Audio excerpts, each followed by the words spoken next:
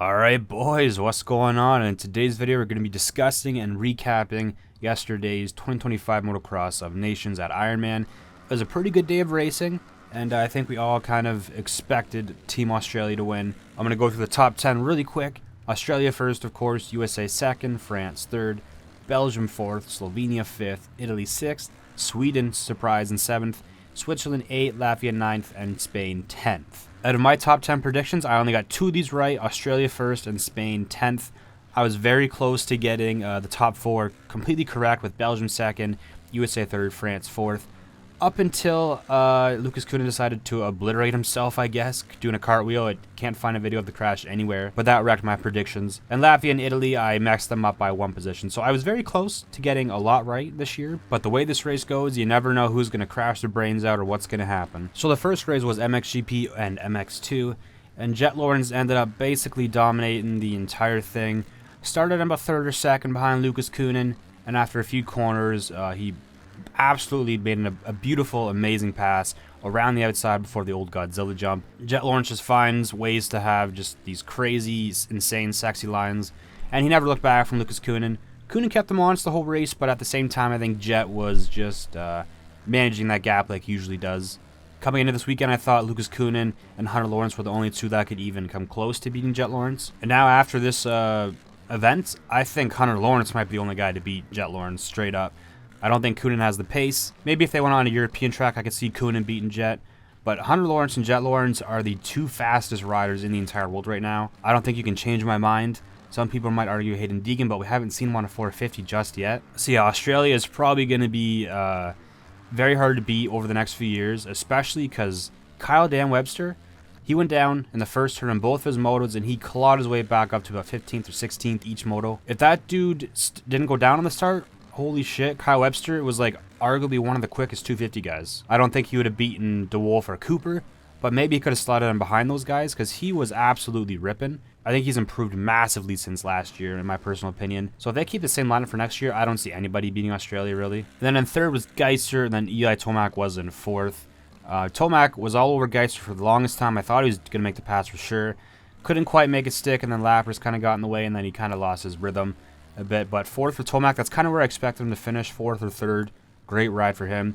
Febvre in 5th. Again, he had a weird crash in the first moto, sliding out, and that all kind of derailed any momentum or chance he had at finishing top 3. Even though Febvre did win the World Championship like a couple weeks ago, I really was not too highly on him. I had a feeling Geiser, Kühnen, Lawrence, Tomac would all beat him, and I do think that he is just a little bit slower than those guys on raw pace, and he is prone to these mistakes. And at the end of the day, that costed Team France a P2, but they still got P3 at the end of the day. Then you had Ruben Fernandez, Isaac Gifting. Those 2 rode incredible. If Isaac Gifting does not have a factory ride for next year or soon, I'm going to be livid, because this guy is riding incredibly, almost won a GP like a month ago, and he is incredibly fast. He deserves a factory ride, and I think a lot of people would agree with that.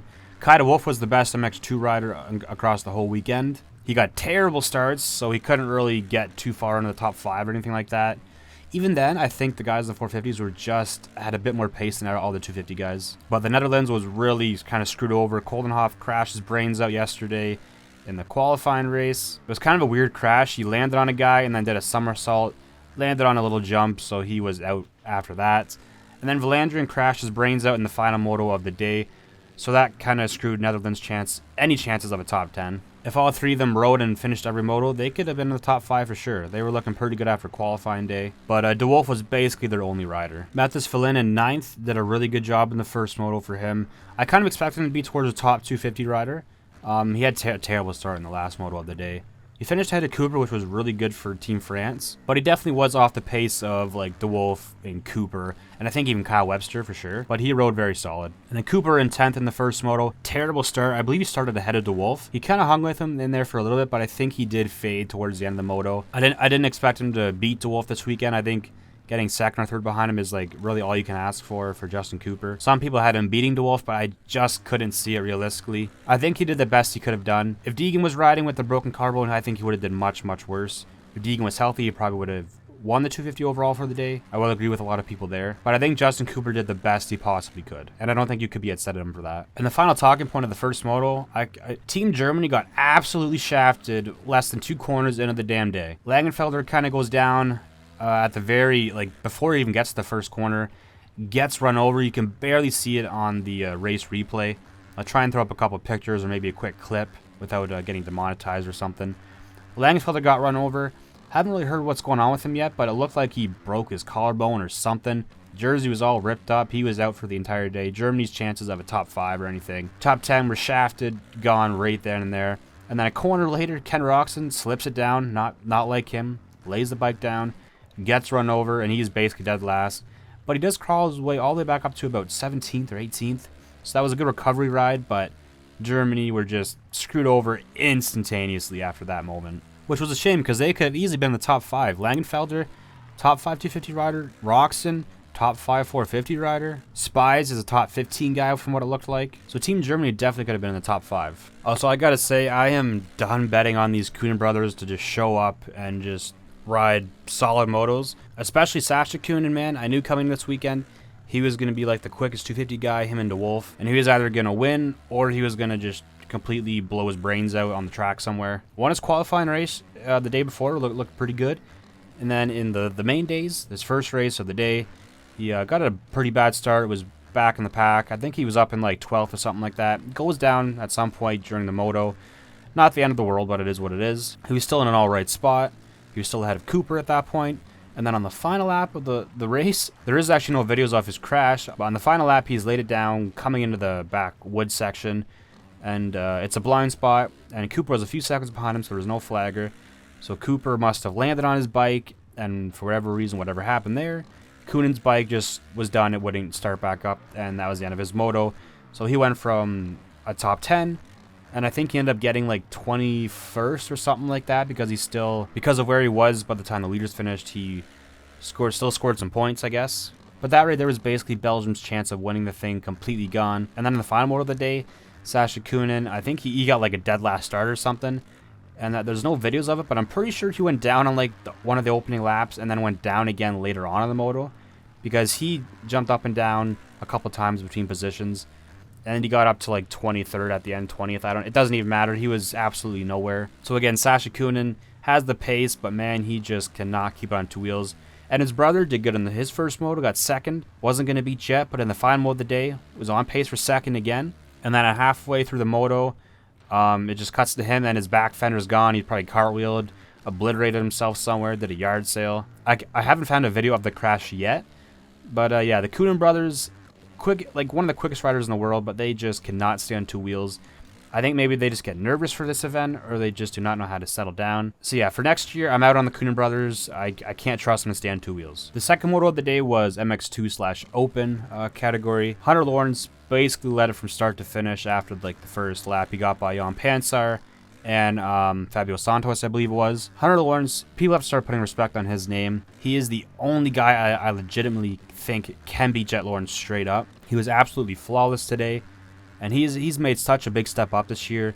Last year, I would say Chase Sexton was better, but this year, it's hands down Hunter Lawrence. He's so quick, and obviously today he did make a couple mistakes. Even though he won this moto by about 9-10 seconds, he did have 2 fallovers, but he still won by 10 seconds. I guess you can afford those if you're going to win. It's not the end. Like, no one's going to remember those if he wins. But yeah, Hunter Lawrence, he gets good starts. He just has so much pace. And Australia is going to be really hard to beat because they have 2 of the top 5, top 3 riders in the entire world, in Hunter Lawrence and Jet Lawrence. So yeah, start putting respect on Hunter Lawrence's name because he is an absolute dog. Joe Shimoda in second. That's where I expected him to be, second or third on the 450. He's only been on the bike like a few days, I believe. So really good to see from him. He kind of faded toward the end of his final moto of the day. But Shimoda, you can't ask for anything better. Japan wasn't going to be in contention for the win, or really even the top 10. But Joe Shimoda, he showed up, and I think in the future, he's going to be a threat to win races. Maybe not championships. We'll have to see how he progresses in the 450. But he is going to be a threat for sure in the future.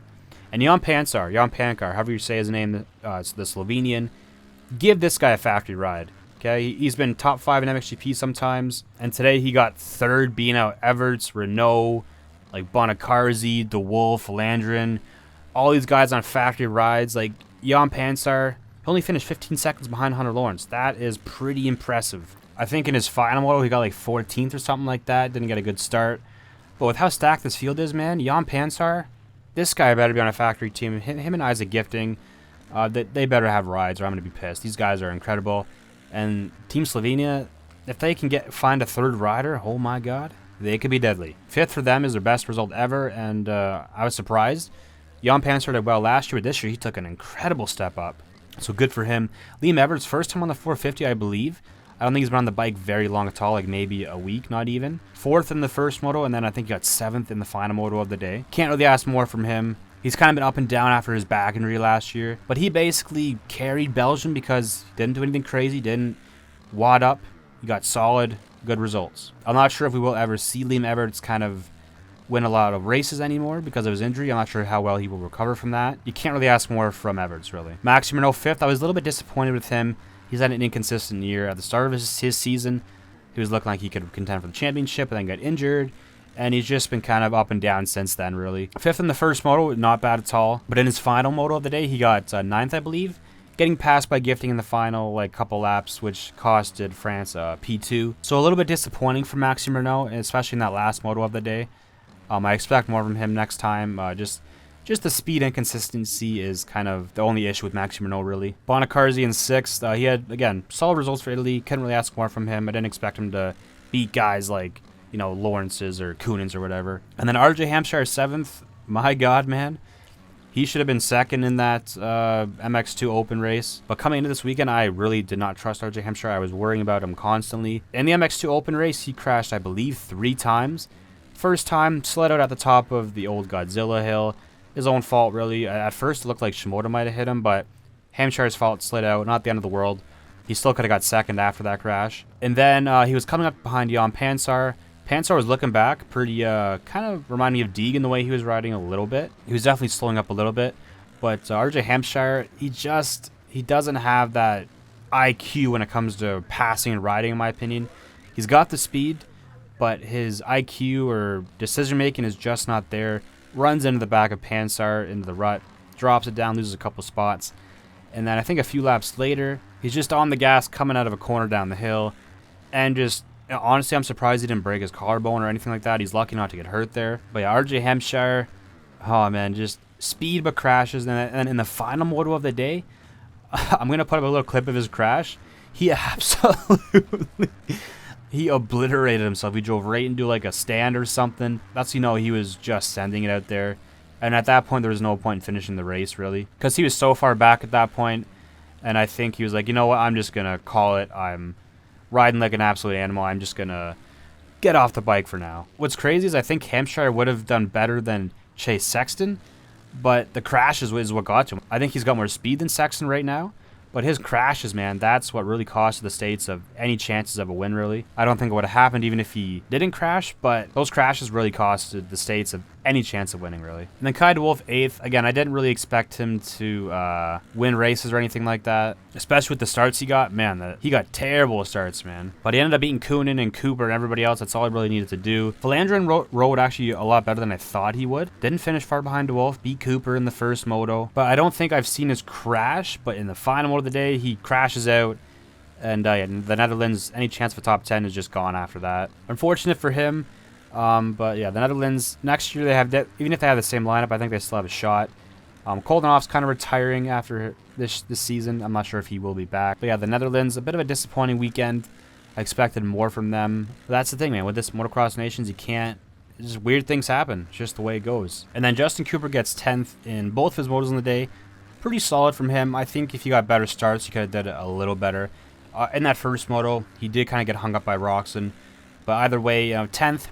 Not the end of the world. I think he could have did a little better maybe, but still solid all around from Justin Cooper, especially jumping back on the 250 after not riding it for a couple years. Yes, again, if Deegan was here healthy, not injured, he probably would have gotten 8th or 9th, maybe 7th. But for a fill-in ride, Cooper did a pretty good job. And the final moto of the day was MXGP/Open. Hunter Lawrence ends up basically winning it from start to finish. Again, put some respect on his name. He rode fantastic. And he's going to be in contention for championships for the next little while for sure. He is just improved massively this year, and he rode perfectly. His brother Jet actually did not ride perfectly, even though he got third. Started up front. I think he got passed by a couple guys early on. He actually came together with Isaac Gifting at the top of the old Godzilla jump. There is a little video I found online. It looked like it was more on Jet's fault. I think he tried to make an aggressive pass. The lines kind of came together, and they just kind of touched, and Jet went down. I think maybe Jet was trying to ride a little bit too aggressive, because I think he did lose like a spot or two on the first lap, if I'm not mistaken. And it just looked like he tried to ride a bit too aggressively, and it caught him. Bit him in the ass. I think he went down to like 10th or something like that, or 9th. But he ended up passing pretty much everybody on his way. Fought with Timmy Geister for a while, and Fever got by them. Pulled away from them by a few seconds, and then it looked like he was going to run down Tomac, but I think he kind of simmered down and was like, you know what, I don't need to pass Tomac, let's just bring it home for Australia and get the win. And that's the maturity some riders do lack. If RJ Hampshire had the maturity to just know when to chill out, or the Coonan brothers, they would do so much better. Geister ends up getting 4th in that moto. I believe he ends up getting by Fevra at some point, putting a gap on him. I'm not sure if Fevra made a little mistake, went down at some point, because it seemed like on the timings he was a few seconds ahead, and then all of a sudden he was a few seconds back. But I'm pretty sure Geister just picked up the pace and gapped him. And then yeah, Fevra in 5th, kind of where I expected him to be. He didn't quite have the pace of the front guys. His pace early on in the motos was a little bit slow and concerning. But 5th for him, I think that's where I expected him to be, 5th or 4th. And France, honestly, at one point they looked like they were going to win this. But Matis Fallin started in the second moto, and Renault kind of losing that spot towards Gifting at the end. France just lost second place there. Still third, that's still an incredible result, but they definitely would have rather been higher up, obviously. I had France going 5th before the weekend, and I think a lot of people didn't predict them to get in the top 3 or to have a chance at winning. But that's the thing, man. France, they might not always have the quickest guys, but they can just get steady results and win. They kind of remind me of Dungey. They don't always have the pace to win, but they will be consistently there. I don't think they would have beat Australia, but they definitely could have been in second. And then Shimoda 6, again, good ride from him. He kind of faded towards the last little bit of the moto there, but you can't really ask more from him. I mean, Japan wasn't going to win anyways. But for him to get beat by guys like Fevra, Geister, Lawrence, Tomac, and then Hunter Lawrence, those are some of the quickest guys in the world. So Joe Shimoda, for his first time on a 450, he looks promising, and he did a good fucking race. And Everts behind him, again, good all-around solid rides from him. I think he was in 4th for the longest time, but then at just the last little bit of the moto there, Geister and Fevra, and then Shimoda got by him. Faded late towards the moto, and I think that's just the experience of being on that bike, his lingering injuries, and just not knowing the track. So yeah, Everts did a good ride, and then Gifting 8th, getting by Renault on the last lap. Sweden got 7th, I think, in the Nations. That's incredible for them. I don't think anybody predicted them to get in the top 10. But Gifting just looks like the man. He is incredible. And again, if he doesn't have factory ride, I'm going to be pissed. Max Renault 9th, again, kind of costing France, in a way, the second place. He kind of had an anonymous weekend. He never started up front, and he was just kind of off the pace from the get-go. Then Lucas Coonan 10th. This guy, man, he was on pace to get second, and he just decides to, there's no videos of his crashes, like I was saying earlier, but he obviously yard sales or something, because his back fender's gone off the bike, looking like Ronnie Mack. And I think after that, he decided just to chill out and just settle for 10th, because there's no point in pushing anymore. You've lost any chance of winning or getting second. But if he finishes second, man, Belgium still has a chance to win. I don't think it would have happened, because Sasha just terrible start, and I think he went down once or twice in the final moto. Couldn't really find any videos or any information on it, but yeah, the Coonan brothers, they just got to learn to stay on the bike. So yeah, Australia gets the win. Hunter Lawrence wins the Open class, I believe. Jet wins the MXGP. And MX2 went to Kai de Wolf, even though he kind of had an anonymous weekend with his bad starts. All the races were pretty good, besides, I guess, the battle for the lead. This track, by the way, I don't know what it is, what they've done to this track the last couple years, but the changes have just been not good, in my opinion. I was watching Kellen's video the other day, and he kind of said the same thing. He doesn't like this track very much anymore, and I agree. Something about, like, that forest section's weird. The Godzilla jump's weird now. Like, the layout changes have been kind of shit, in my opinion. It's mainly that forest section Godzilla jump. That section, I don't know. It's just, the track could have been better if it was the layout from a few years ago. But it still provided good racing, so I guess I can't complain too much. Australia dominated. I don't really know how you could pick against them. I think I've seen a few, like, obviously, I guess Americans might think that they could beat them. Then they had an outside chance, especially with Webster going down the first corner in both his races. But Australia, they're going to be hard to beat for the next little while. They are just dominant. USA, even if they had Deegan and Sexton, I don't know if I would have put them to win just because of how good Australia is, really. Then France, Belgium, Netherlands, like, they all have chances to win next year for sure. They're going back to Ernay, so we'll see what happens, I guess. But yeah, boys, let me know what you thought of this event down below. Let me know what your top 10 predictions were, and let me know how your country did. My team, Canada, they didn't even goddamn qualify for the final day. Pettis won the B moto final. That's good, but they didn't qualify. So I'm a little pissed off about that. But yeah, boys, that's pretty much all I got to say. I hope you enjoyed today's video. And as always, take care.